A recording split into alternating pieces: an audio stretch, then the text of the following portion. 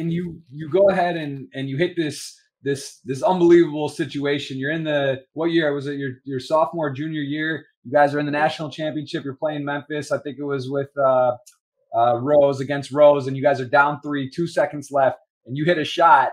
I mean, that's something you must. I think you said you watched it 1,000 times. Like, I mean, just how crazy of a moment was this? Was this a play call? Was it drawn up, or how did you get the ball, and how did this play happen? Because this is one of the more historic shots and moments in college basketball history.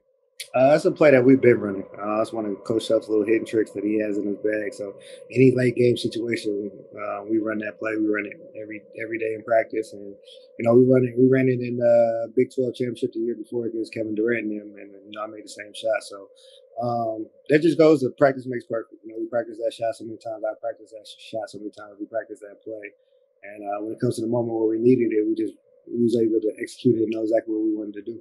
What is something that you've noticed in NBA players, yourself, that other players that are doing, maybe you're doing that other people? Is it the work behind the scenes that they're not willing to do, practicing free throws, staying late? What are some characteristics and attributes of NBA players that you think separates? Because there are guys very talented in the G League or that don't get drafted, they just get cut, right? They don't make it into the NBA. What is something you think that is like untangible or intangible that sort of just people have to be in the NBA? Because it's tough, right? I mean, it's a very low percentage of players make it. Give me maybe something that someone wouldn't think about that you've noticed over the years and watching people be successful in the NBA. My biggest thing I would say is just find a knack, find something you do well and perfect it. That was the biggest thing I know for me. I had aspirations of being one of the best players that ever played in the NBA, but, considering my teammates and going through different situations, I knew my role was to play defense and, knock down the corner threes, knock down the threes and run the team. So I just try to be the best version of myself at those three things and, trying to find my knack and perfect it. That's the biggest thing. But one of my funnier moments that a lot of people don't know would be Game 7 versus Boston in Eastern Conference Finals.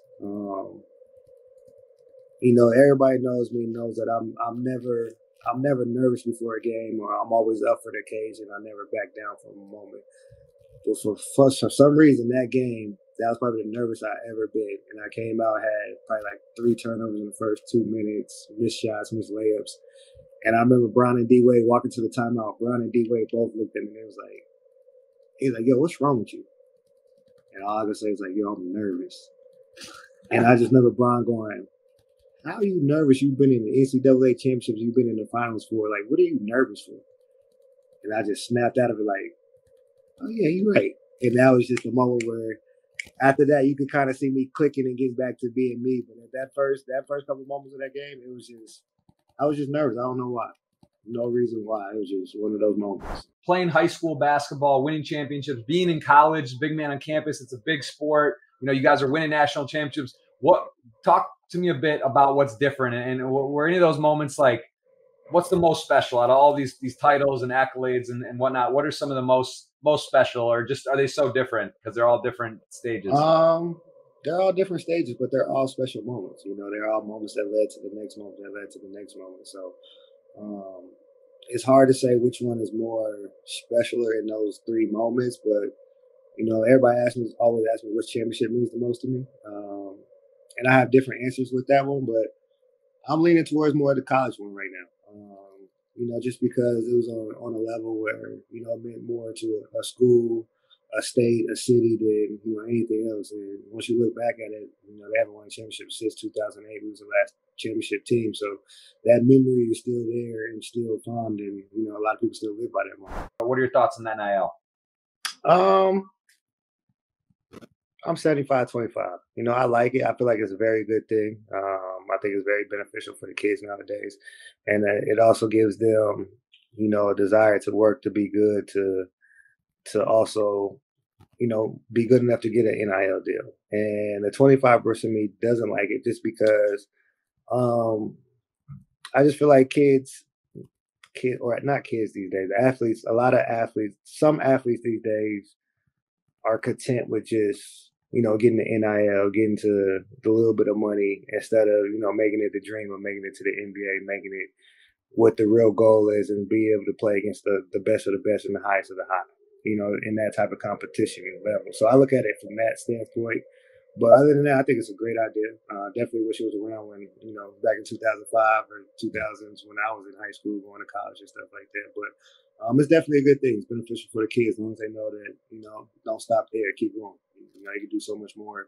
You can be so much more talented and, you can be better than what you think you can be. You got runner up, you finished second, then you won and won, right? 3 years. You guys had some really, amazing seasons. What was that time like with the Heat? It was a growing process. A lot of fun though. Being with those guys, seeing how they grind day in, day out, and seeing, how they compete and how they try to make each other better. That was definitely something to witness. And just the level of intensity that came around those guys. Being on the team with them, we trying to get everybody's best shot, every night. So there was no, I shouldn't say days off, but no games where you can kind of cruise and see what's going on. You got to be foot to the pedal every time you step on the floor. And that was the biggest thing, being around those guys. Tell me a little about being a father and, being an NBA, playing at the highest level in the world, basketball. It was definitely easier in the beginning. When they're still young, before they start getting into their own activities. All they want to do is watch you play and be around and go to the gym with you. So that was definitely, the fun part about having kids and being around my kids. And then, nowadays they're so grown, they want to do their own thing. I have my oldest son just turned 14. My daughter's 11. So, I got an 8-year-old son and a 3-year-old son. So just those guys that keep me on my feet now. They keep me active. Especially my 14-year-old, my 11-year-old, they're both into basketball, doing really good. My son's playing on his 8th grade A team, and my daughter's on her 6th grade team. So they're both very nice. They both get a lot of slack from me about basketball. But for me, it was just them being able to see me grind and what I put into basketball. I always tell them, you're gonna put in whatever you put in is what you're gonna get out. Just from them being at a young age, seeing me in the grinding days of, like you said, being more active, being on the team, being in the gym every day, playing in those finals and things like that, into where I am now, and kind of being the vet guy, being the leader, being the mentor, and trying to help the young guys. It's kind of the same thing with them. I'm still mentoring them, still teaching them about life, but also teaching them about basketball. So it just goes hand in hand right now. And played every game. You're being in your first year. What happened there with Minnesota? Was there a trade? Because you got drafted by the Timberwolves and then you ended up in Miami. So did you know that trade was happening, or did you get drafted? You're like, I'm going to Minnesota, and then later on you ended in Miami, or did you know that when you got drafted though you were headed to Miami by Minnesota? To be honest, I didn't know anything. I never worked out for Minnesota or Miami. So when my name did get selected, my agent had told me right before it happened. So I was still shocked by that, even going to Minnesota, because they had just drafted. I want to say Kevin Love and OJ Mayo, I think, or vice versa, something like that. And I just didn't see me fitting in, going there and seeing what was really going on. So hearing my name called, getting up there, shaking Adam Silver's hand, and walking to the back. And the time I'm walking to my first interview, somebody shouts out, "Hey, Mario, you got traded to Miami." And I was like, I didn't think nothing of it. And then when I actually sat down for my interview, they gave me the Miami hat.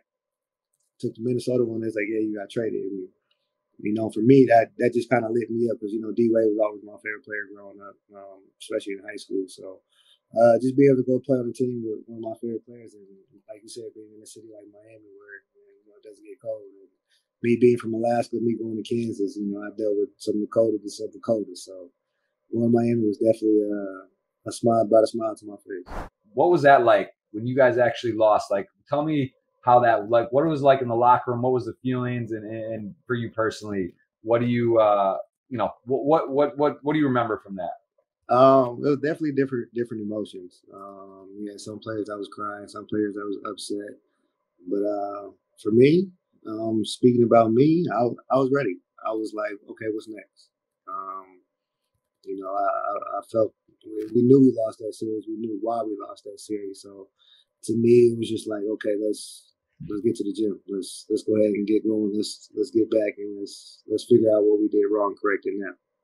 And that was my main focus. Going from that next season, from that loss into the next season, was just trying to be a better version of myself.